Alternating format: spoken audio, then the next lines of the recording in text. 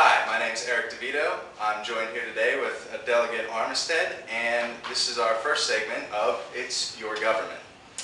Thank you for being here with me today. Thanks for having me. Of course. My first question is, in the Republican response to the State of the State address, the issue of government inefficiency was brought up, and I was wondering what Republicans see as the most inefficient thing going on right now, and if they were given the chance, what would they fix? We've got a lot of people in West Virginia who are having a hard time making ends meet right now. They're, as we've talked about, it's quite shocking in a sense, really, that we have between 25 and 30,000 West Virginians who were working a year ago who are not working now. And all across the state, people are having to cut back. They're having to cut their budgets personally, and government should be doing the same thing. We have, for years, collected more from the people of West Virginia than it really takes to actually run our state government. And that's money that could have been back in the hands of people to be able to create jobs in West Virginia. People could be spending it to send their children to college, to buy houses, things that actually stimulate economic growth. So what we want to do as a Republican caucus is really to look at ways as we go through this budget process. There's a huge portion, billions of dollars actually, in the state budget that is unclassified right now. It's just clearly line items in that budget that go to agencies basically saying that they can spend it however they want. And we've already seen that there's already been a cut in state government, and I think that just illustrates that there's much more opportunity that we can cut throughout state government and give that money back to the people of West Virginia, make government run more efficient, and allow people to spend their hard-earned money themselves. I think that's a core principle. It goes back to the hard work that people of West Virginia put into to their lives each day to support their families. So throughout that budget, time and time again, we see those unclassified line items that need to be justified. Every agency should come to West Virginia to the legislature and justify how they spend their money. And if they can't justify it, then those monies should be taken back and given to the people of West Virginia.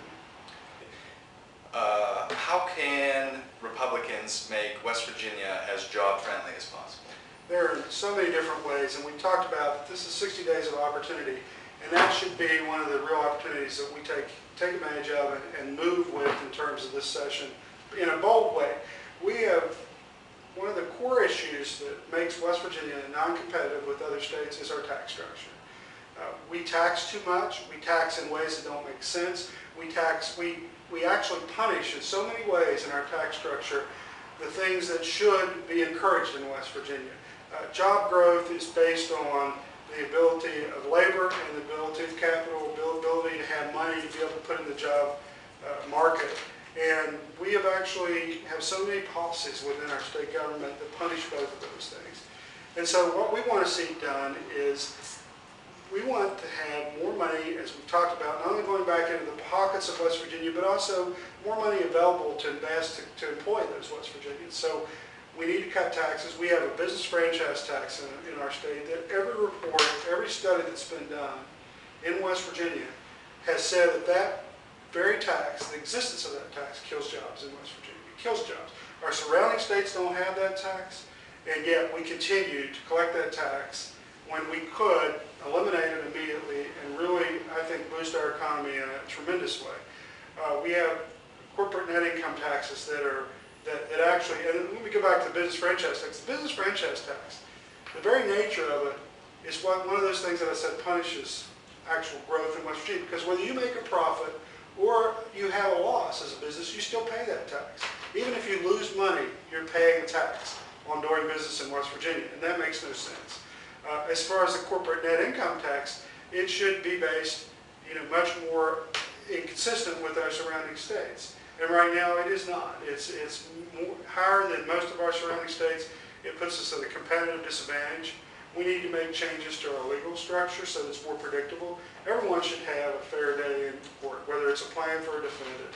But at the same time, there needs to be some predictability. If you have processes in your judicial process that make it unpredictable what's going to happen, businesses will look at that and say, well, maybe I want to invest in Ohio or Virginia because they do have a more predictable and more structured judicial system. So we need to look at that.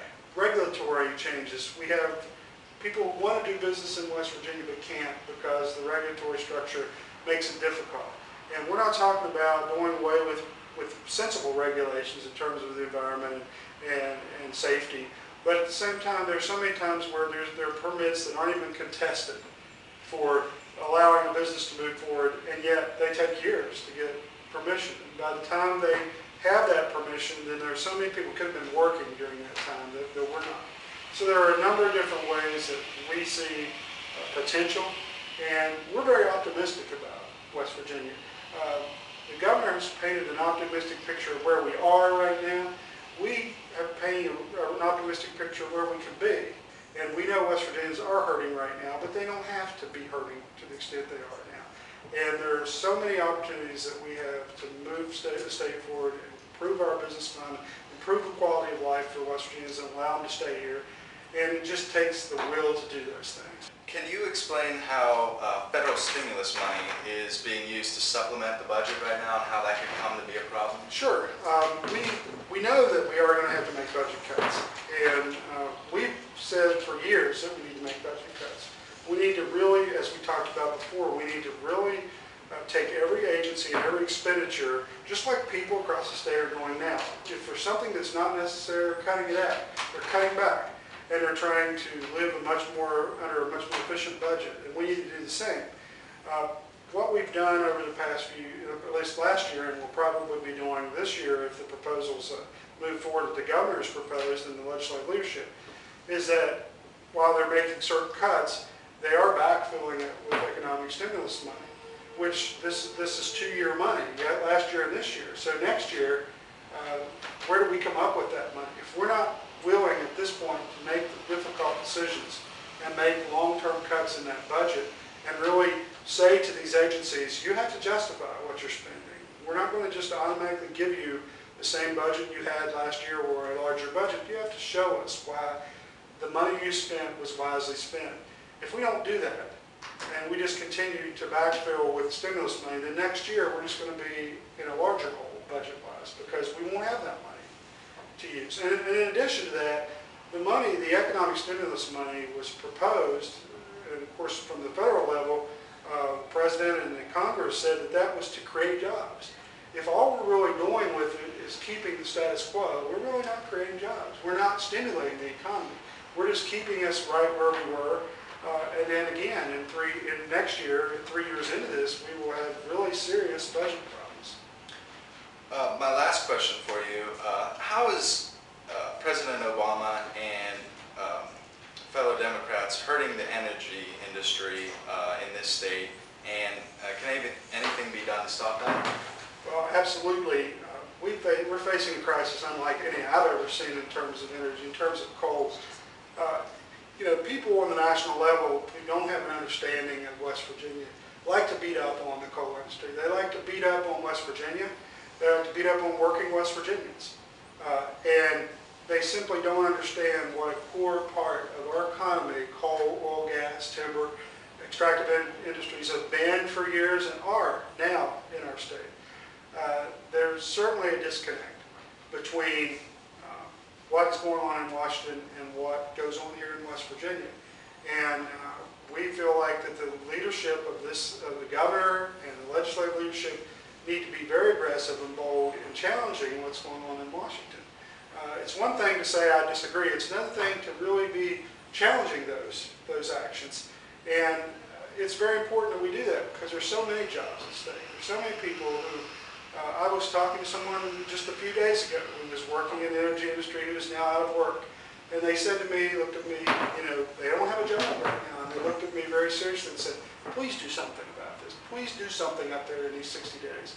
And really, we need to do everything we can as a legislature. Some of it we can't control because it's federal legislation, but there are things that we can do to lessen the burden on the working men and women of West Virginia in the energy industry and try to make sure that we continue to recognize that that is a core component of our economy in West Virginia. Alrighty. Delegate Armstead, thank you for being with us, taking time out of your busy schedule. Thank you. Appreciate it.